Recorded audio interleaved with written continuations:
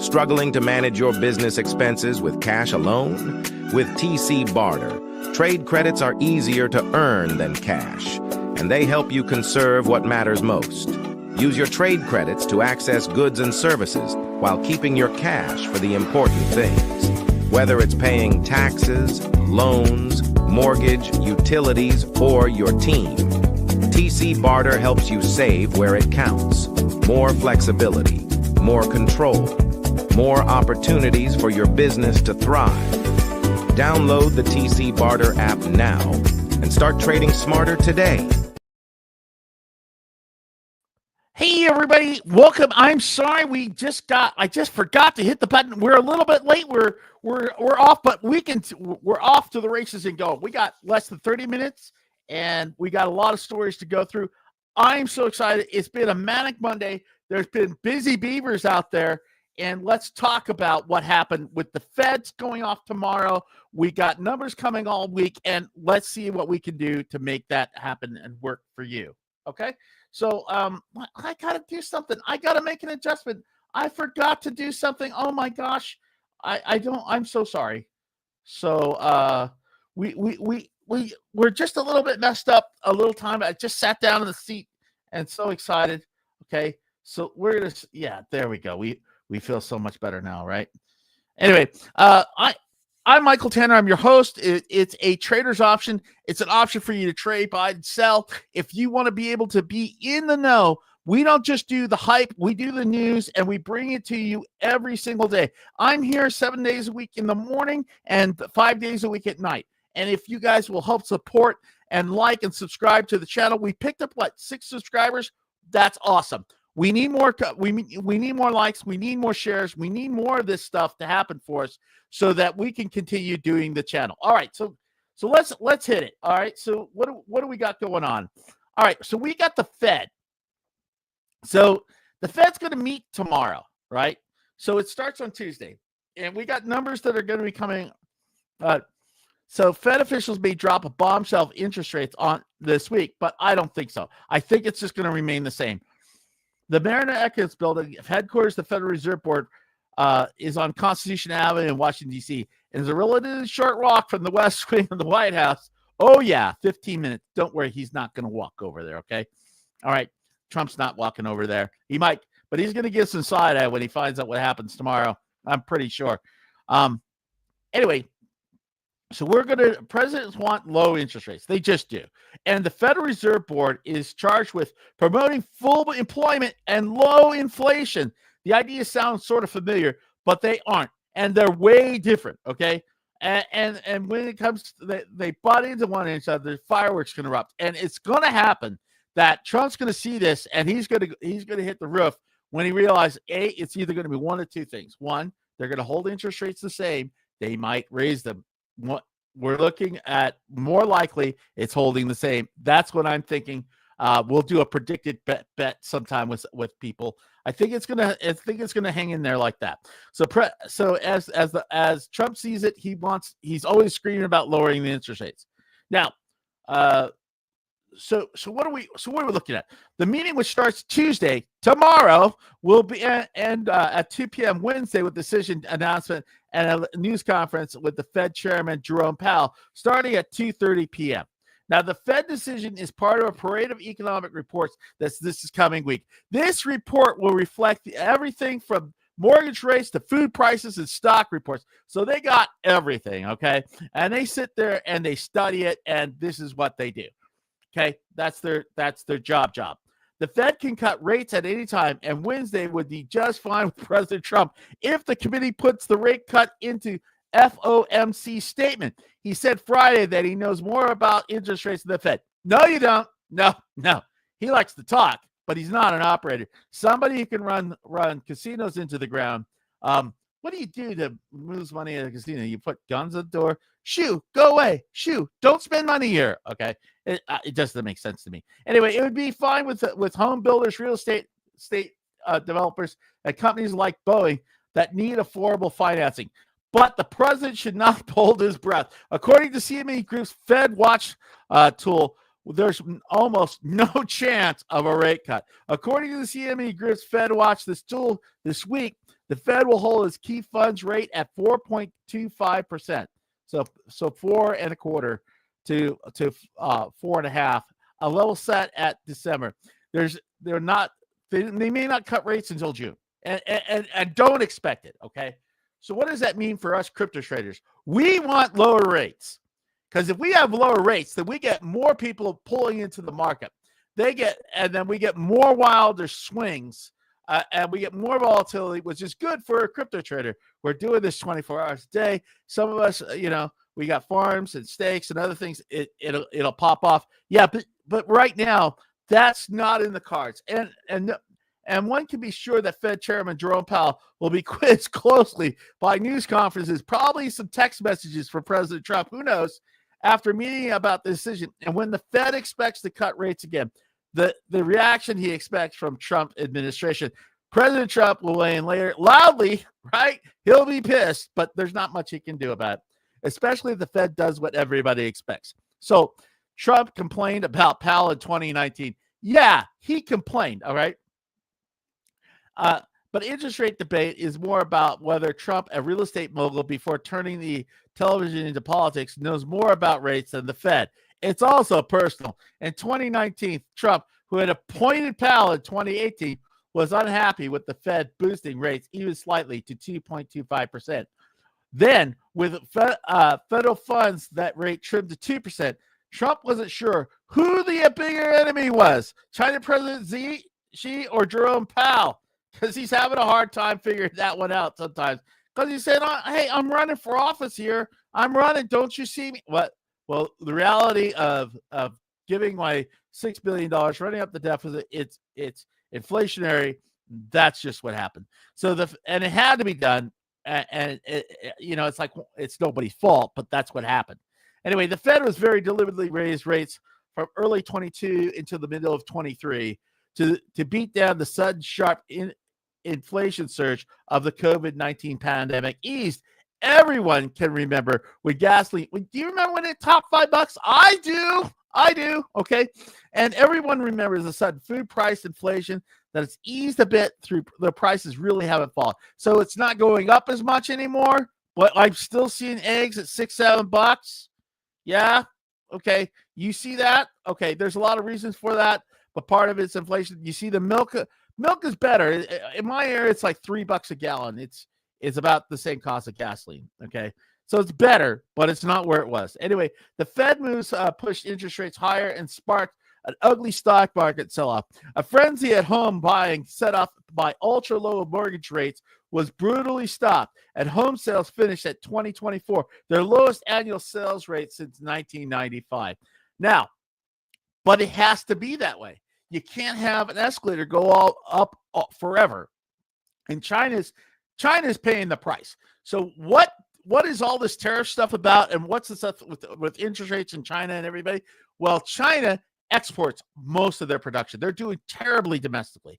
So when Trump's talking the words of tariffs and all these things, it makes China get a little bit squirmy inside. So let's talk about high rates made life hard for business investors depend on banks to finance their operations. Yeah, that's a thing. So Trump wants to control the Fed, but can't fire Powell because the central bank has been run an independent agency since 1951. Trump would like Powell to leave, but it's like that Stapleton song. I know you, you know me. You should probably leave, but that's not what's going to happen. And he's going to try to do some stuff, but Powell is a lawyer, and that's not going to work. And we need people to be independent. We don't need politicians running interest rates. We learned our lesson from that. Now, so Powell's 4-year term doesn't expire until 2026. Actually, before the 24 election, Powell asked if he would resign if Trump won, and Powell said no. Do you want to give up your job? That's the most powerful job probably in the world. No. Okay. Well, I just ask. Anyway, the Fed decision will come this week and includes reports on new home sales. Very important. It came out today. So a report on how fast economic is growing on Friday, and widely watched report on consumer inflation, or CPI. Okay.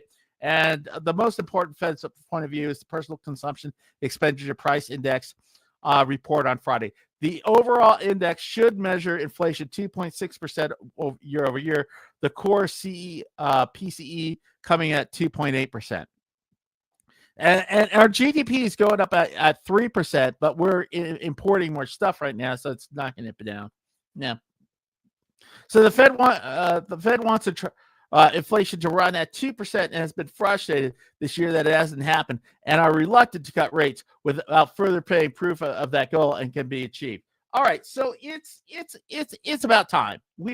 It's that time of the show where I take a water break and you guys get to see a commercial.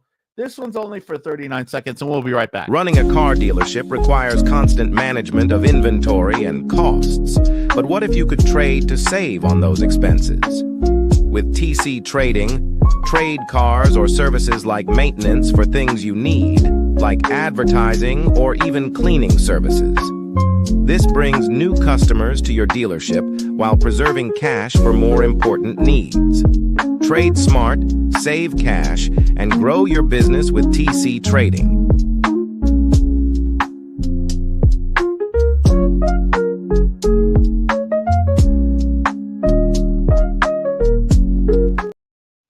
Anyway, so excited to have you back. We have to do those commercials because we got to pay the bills. We have one sponsor, TCBarter.com, graciously enough to help us. So we run those commercials every little bit. I hope you guys just hang in there, be patient with us. We're just gonna continue on with the news. So the next thing that we got up, and we have to look at some crypto stuff. So there's some sleepers out there, and let's talk about those sleepers. And let's talk about, we've seen it go down by 10% and up by 10%. Buying those dips, it's been kind of hectic. Let's talk about these things. Okay, so we got two cryptocurrencies to reach a $5 billion market cap in Q1. Are we going to see that in 2025? Let's see it. So the cryptocurrency market once again demonstrated a heightened volatility with a sharp at 7.9% decline in the last 24 hours, bringing the global cap to 3.5 trillion. This sell-off is triggered by the emergence of the startup DeepSeek. It's a free AI from China. It was built for about $6 million, okay? And it's free, and it's kicking the crap out of our local AIs. So the people are suggesting that China is like 6 months behind with their you don't need those chips. We cut the chips off of China so that we'd keep the advantage. But no, it's about coding. So yeah, you can do a lot with just some coding. All right. So combined with the growing unease ahead, this week's Federal Reserve meeting, which we just talked about. So despite the prevailing bearish sentiment, a select group of altcoins is leveraging strong fundamentals, market momentum, and position themselves as potential contenders to surpass the $5 billion market cap threshold in the first quarter of 2025. So we're going to do a little bit. So are we going to see Ripple? Ripple, I think this year has a chance to go $9, $8, $9, $10, $11, $12. That's something in the future. But for right now, let's look at the next 3 months. There's a coin. It's called APTOS, or APT is a little sign. Okay, so currently trading at $7.33 with a market cap of $4.2 billion. It would need to approximately climb to $8.73 to reach the $5 billion valuation, representing a 19% increase. Totally doable. It's within the margin. Okay, it's within the line. So despite recent challenges, including a 10% drop, it was almost 11% drop in the past 24 hours and a 14% decline in the last week. APTOS continues to showcase remarkable ecosystem growth. They're growing their followers. More people are becoming aware of it. And it's been harder in the market. Remember, a few years ago, there were only like 3,000 coins. Now there's over 1 million coins. But those that shine will shine hardest, okay? So active addresses have been surged from fewer than 100,000 to 1.3 million within the year, according to data from the block, highlighting the platform's increasing adoption. The derivatives market data highlights a surge of trading volume of 185.59% to 470.12 million. Although opening interest rates fell, interest fell to $7.43 to $195.6 million. Okay, 195.6 million. 63 million anyway. And notably, the Binance APT USD pairing, right? The long short ratio accounts stand at 3.1999, signaling strong long interest, while top trader positions show a 1.5053 long short ratio. However, liquidation data indicates that 4.65 billion in 24-hour REKT positions, with the $4.56 billion attributed to the longs, reflecting highlighted volatility. Technically, okay, just pull this in your head. I know I did a lot of numbers, and we do it fast. You might have to go over it, okay? Technically, APTOS faces headwinds as it appears to be forming a head and shoulders pattern. So go pull out your chart. Look at this thing. Look at what it's done in the past week. It's APTOS, okay? And the head and shoulders pattern could lead to a downside target of $4.30 if the bearish momentum persists. However, sustained close above $10.50 could invalidate this bearish outlook and pave the way for further growth. If APTOS continues to expand its active user base, increase in TVL, and attract developer interest with overcoming its current bearish technical signals, a $5 billion market cap in the near term remains a realistic target. Now, Kaspa, I have a little bit of Kaspa, like not very much, but I have a little bit of it. So I'm just going to tell you, okay? Kaspa is trading at 12 cents. Right now, it's 12 cents, 0.1219, with a market cap of 3.12 billion. And it's been consolidating between 12 cents and 16 cents over the last month, with a significant breakout anticipated if it surpasses the 19-cent point. Again, this is a possibility, and it's not financial advice, but I want you to be aware of what's happening in the market. So we're going to talk about it. Despite recent declines of 8% in the past 24 hours and 4.73% over the week, market data highlights growing interest in the bullish momentum around this cryptocurrency. Now, derivatives data reinforces optimistic outlook, with trading volume surging by 269.79% to 103.72 million, signaling the highlighted trader activity. Okay, 269%. Go take that to the bank and smoke it, you 3% guys. Okay, the Binance Cash USDT long short ratio of 3.9603 reflects strong confidence of the long positions, while top trader long short ratios stands at 3.8833 for accounts and 1.2758 for positions. Even with the 5.7% dip in the open interest rate to 175.84 billion, minimal short liquidations point to a substantial confidence among traders betting on the upward trajectory. All right. So with the growing momentum and derivatives driven speculation, Kaspa seems to be in a position to achieve a $5 billion market cap by like the end of Q1 of this year. Okay.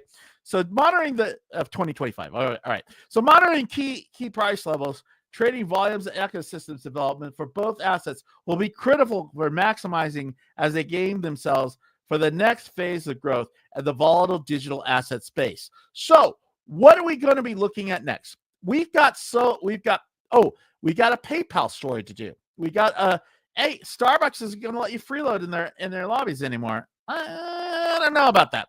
We're going to check about that, but let's talk about that.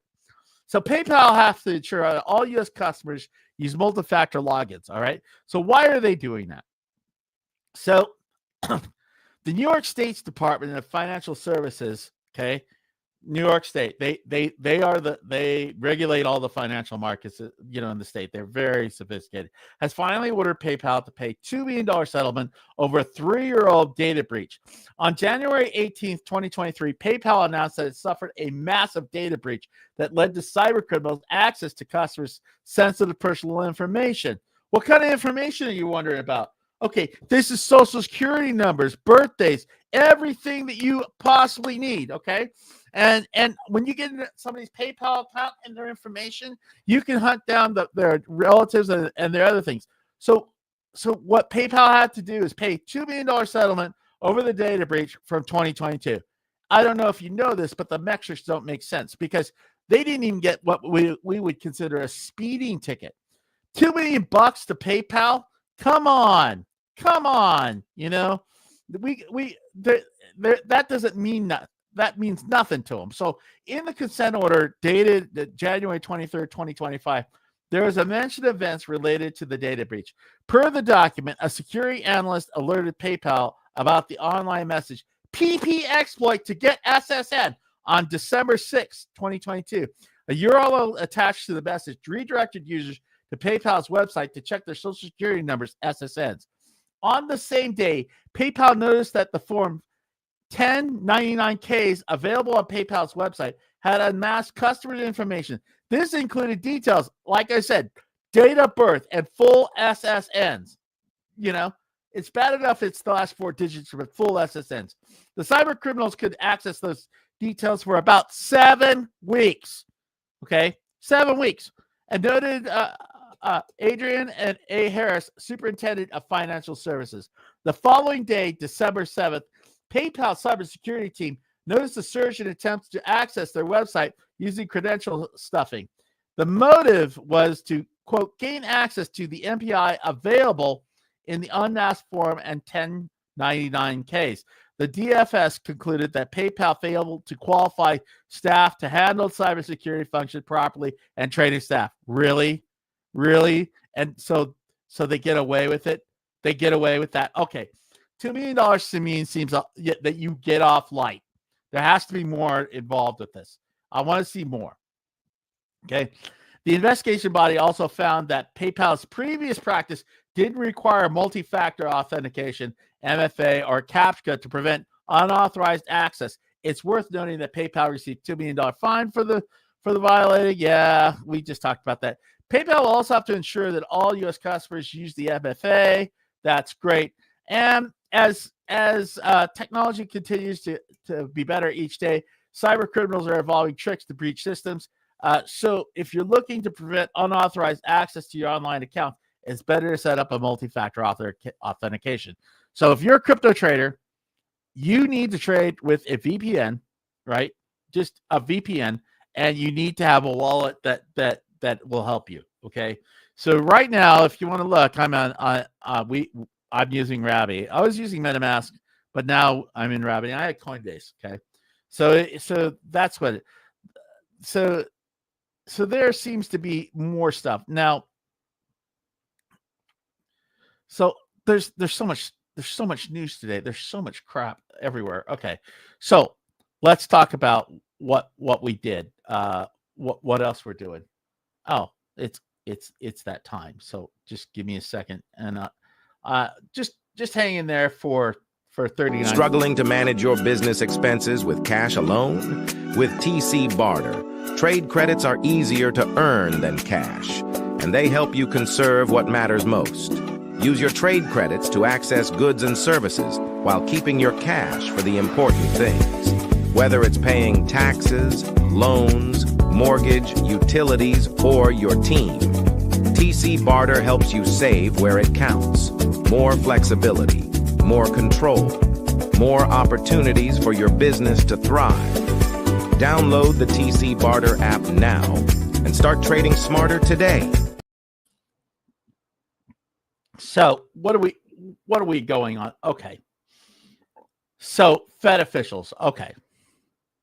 And stories on like that. So there's been a fraud. Okay. We were talking about how banks have a hard time. People regulating banks have a hard time. That's true. Okay. So But what happened is when Trump goes to office and says, we got a hiring freeze. Okay. We're going to go on hiring freeze because somehow I think it's just like a normal business. It's not. Okay. So, and banking regulators rescind more than 200 job offers for examiners it needs. So if you get a job offer and it's in the mail or whatever, it's been approved, you've gone through all the background checks and everything like that. It's more than a week to do this. We're not hiring people from McDonald's, right? You get this, right? Maybe it's for new positions. So maybe kids getting out of college, maybe somebody who's been a lawyer somewhere. A federal hiring freeze has made Federal Deposit Insurance Corporation even more shorthanded.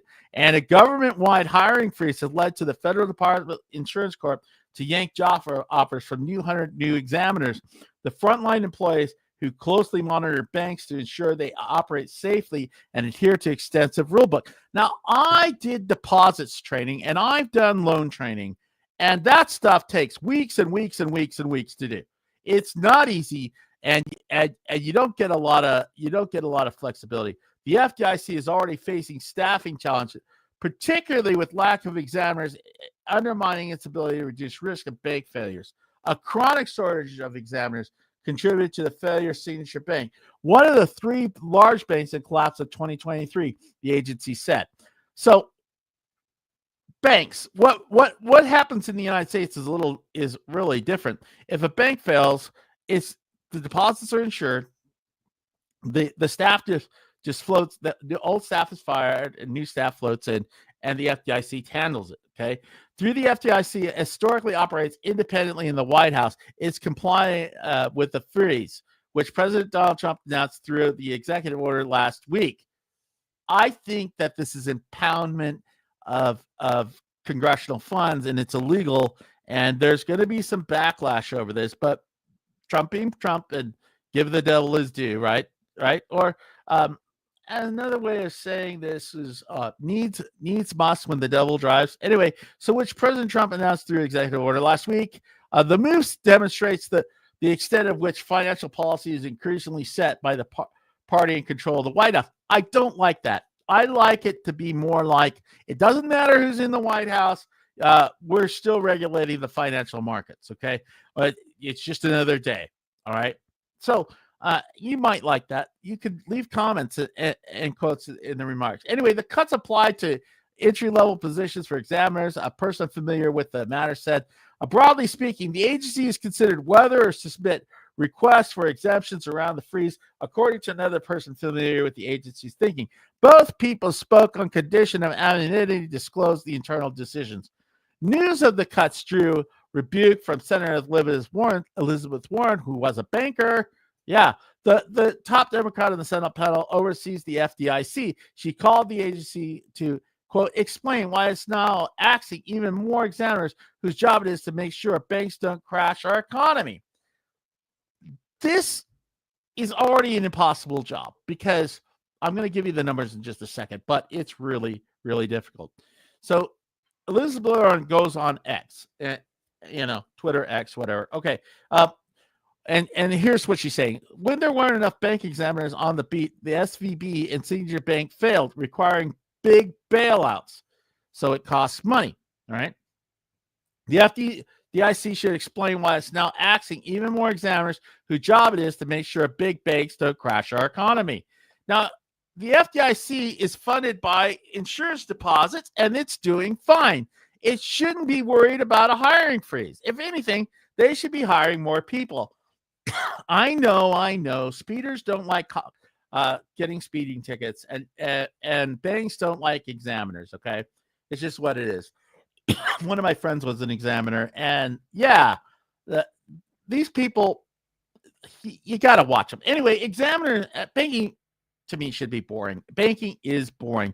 Done right, banking is boring. You go and you make your deposits. The bank loans out money to small businesses and other people in the community. The whole community works together. People get houses. They get to move through their lives. So examiners are essentially charged with making sure the bank doesn't fail, a critical function of the FDIC, where about 2,300 of the roughly 6,000 employees are examiners. The agency oversees 4,500 banks around the country. And these are mostly mom and pop banks. I know that you don't think that banks can be mom and pop, but okay. Anyway, most of them small, and it insures trillions, the T word of bank deposits and wind downs of failing banks. Its work is funded through industry assessments. Okay, so when you go make a deposit in the bank, right, the bank pays a fee, and your deposits are insured. That's how it works, and it's insured up to $250,000. You can have multiple bank accounts; it'll work. Okay. Perhaps more significantly, the agency is already in need of additional examiners, with frequent turnover and staff shortage contributing to major setbacks in recent years. They're not paying them enough. It's a hard job. People don't like you. People don't like people who arrest people. So and they don't like people who tell them what to do. All right. And this is part of what their job is. Current and former regulators said that they feared the situation could snowball if hiring cuts combined with an uptick in departures and retirements. People who actually stay are eligible employers. Some quit, some turn to drugs and alcohol. That's the life. Yeah. Anyway, so you have fewer people in the pipeline and fewer people at the top, said Alexander Steinberg Barrage, a former FDIC official, now at the law firm Troutman Pepper Locke. It makes it look more challenging in the exam teams to retool to reflect the broader modernization of banking, because it's always changing now. Technology. It used to be the banks wouldn't change for 100 years. Banking is basically boring. You don't let them go into the markets and things like that, because banking should be boring, because their job is to provide liquidity in the community. Okay. So a review of March 2023 failure Signature Bank found that the supervisory group overseeing large financial institutions, the FDIC's New York office, had average vacancies about 40%. Right. So the 6 years before the Signature collapse, the FDIC couldn't adequately staff a team dedicated to the bank. That's what happens. Okay. So we have policy changes. We have so many things going on, and we need cops on the beat. Did you know that for cryptocurrency, the people that did all your rug pulls and everything, right, the people in charge of that only filed 33 lawsuits to chase these people? You have a better chance of getting hit by lightning 5 days in a row, once every single day, than them coming down on somebody who's done a rug pull on you. Okay, so yeah, and they do different rules and stuff. Okay, so that's what's going on for today. I'd love to have more time to spend with you. We are always trying really, really hard to bring you the news. If you like what we do, we need to like, subscribe, follow, share. Share is very important, and leave a comment at the bottom. Remember, this podcast is brought to you by tcbarter.com. If you want to be able to trade, buy, share, trade directly with somebody, do that. Go to tcbarter.com, sign up for the account. Even if you're just curious, right? Or you just want to have an account so you can get some gift certificates or something like that. We'll see if we can get a drawing going. So good. That's it for tonight. You guys have a great night. I'm hoping to see you guys soon. We'll see you here tomorrow, same bat time, 8 o'clock. I'm sorry I didn't hit the button.